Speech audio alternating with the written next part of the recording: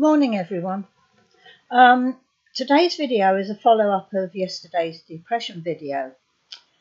The reason I'm making this video today is because I had a very mixed response yesterday to what was said. Most of it was very good, but I had a few negative responses, but that's to be expected.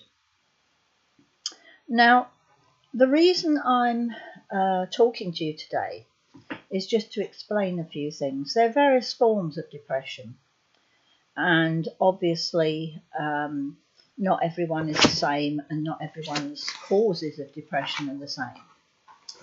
But a lot of people think that depression is because your brain shuts down. In fact, it's quite the opposite.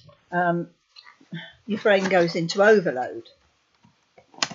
And this is why you get all the strange thoughts and feelings, because your brain is, sorry about the flutter, the dog's knocking the computer. Yeah, your brain goes into overload and you get all these thoughts and feelings, and people sometimes think they're actually,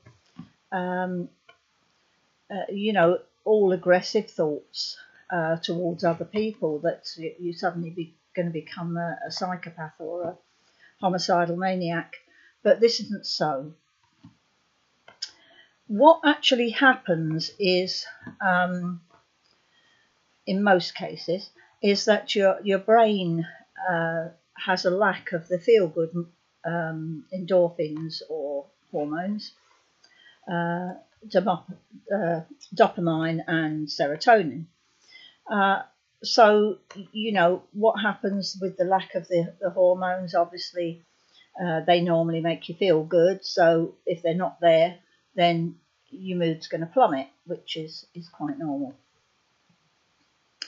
Also, people think that,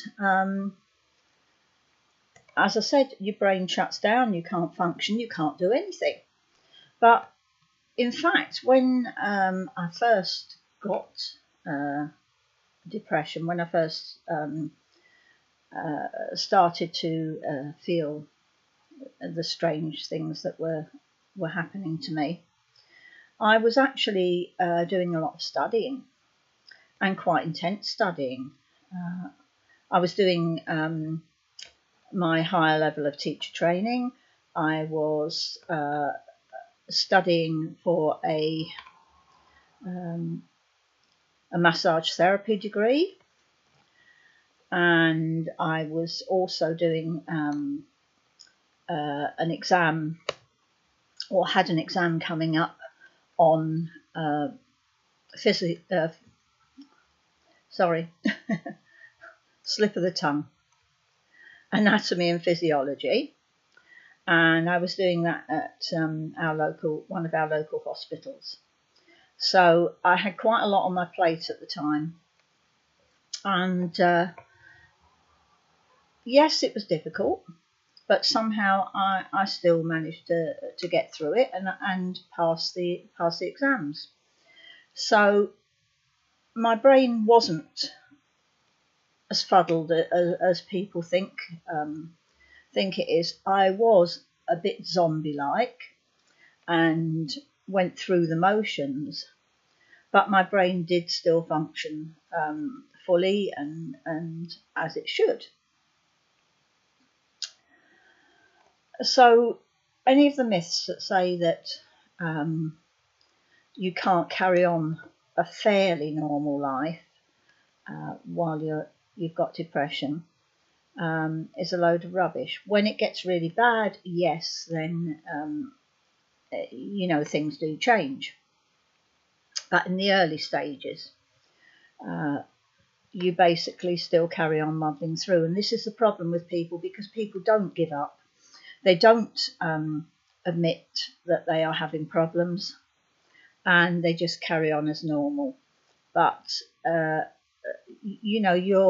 your brain has overloaded for some reason in the first place. So therefore, trying to overload it more with more work and studying, in my case, is not always a good idea. But anyway, it's it paid out because, as I said, I did pass the exams, but I could have done without it at the time because it was just one more thing to, get through. But then again, I suppose it helped in some ways because it took my mind off of other, more personal things which were going on because of the depression. Right, okay, so enough of the morbid stuff. I did mention yesterday that I was still able to work through the depression. Now, with me, it's kind of a switching off. It's like, and don't get this wrong, it's not split personality or anything like that, or multiple personality syndrome. It's almost like I am able to switch off from the worldly pursuits and problems and switch into work mode. I've always been able to do it, and I still can. So during my time, during my breakdown, I'm going to call it a breakdown because for all intents and purposes it was. My brain was overloaded with listening to so many problems for nearly 50 years of my life. So what do you expect? You can't carry on listening to everybody else's problems and then not have some effect on you. Plus, I had something else that was quite big that had gone on,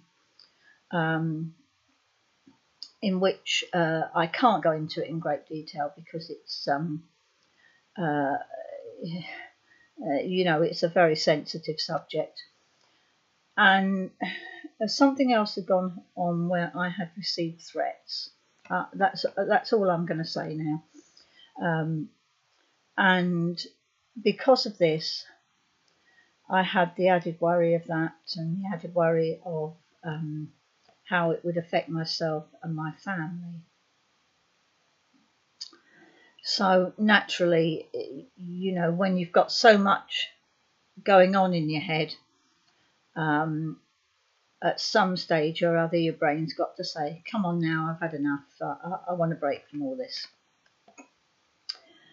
Anyway, the work thing.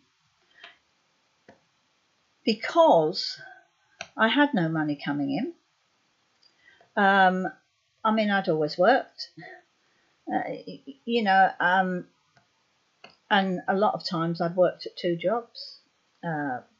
The mediumship, psychic, spiritual stuff has always been with me ever since I was been a part of my work life since I was 15 years old. So I would do what I called my normal job, and I would also do my spiritual job. So, the spiritual stuff was my life. When things became difficult and there was no money coming in, because obviously I couldn't work to the limits that I was doing before, I couldn't go out on fairs and things like that because, as I said, I had problems getting on public transport. I hadn't got a car at the time.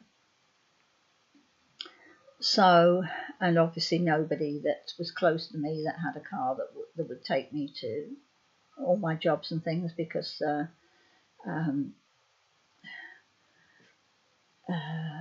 circumstances had put me in that position. So, because of this, I obviously needed some money coming in. And miraculously, I was still able to teach certain workshops and things, and also to do readings.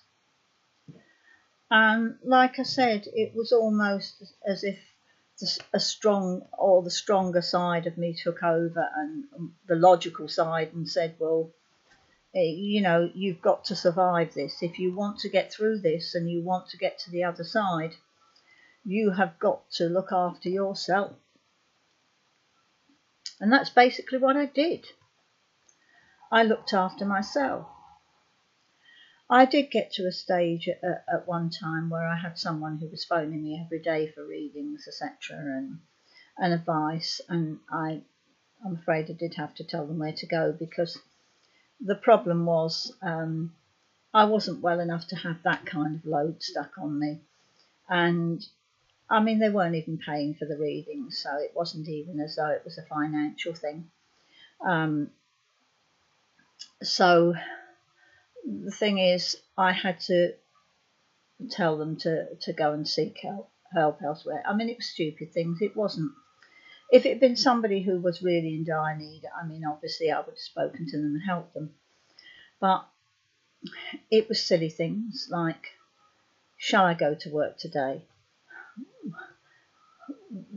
What colour tie shall I wear? And I mean, you think I might, you know, you might think I'm joking, but I'm not. That was seriously what they were asking me every single day of the week. And in the end, I just had to draw a line under it and say no. But you know, I wasn't doing the extent of the work that I did before, but I was making enough to keep me afloat, keep me and my dog from starving, and to keep a roof over my head. So the thing is, you know, I was one of the lucky ones. As I said, I am a born survivor, and I always will be. But now I'm going to say to you, this is the end of the videos about depression.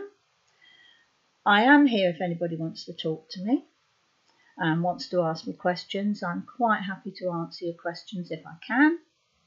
I'm quite happy to give support where I can, but I can't do it 24/7, obviously, because I have my own health issues, which are nothing to do with mental health. They are physical health issues. I have a family to look after, and therefore I do need my own space and my own time. But I will quite happily try and help anybody in any way I can. The future videos are going to be on a much lighter level.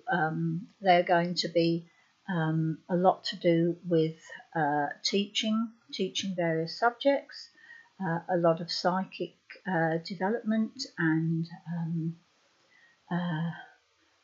you know, talking about really exciting and interesting projects that are coming up, and hopefully in the not too distant future we will be able to get some of you involved in the projects. So I'm going to say bye for now, and I will speak to you soon. Bye. Have a good day.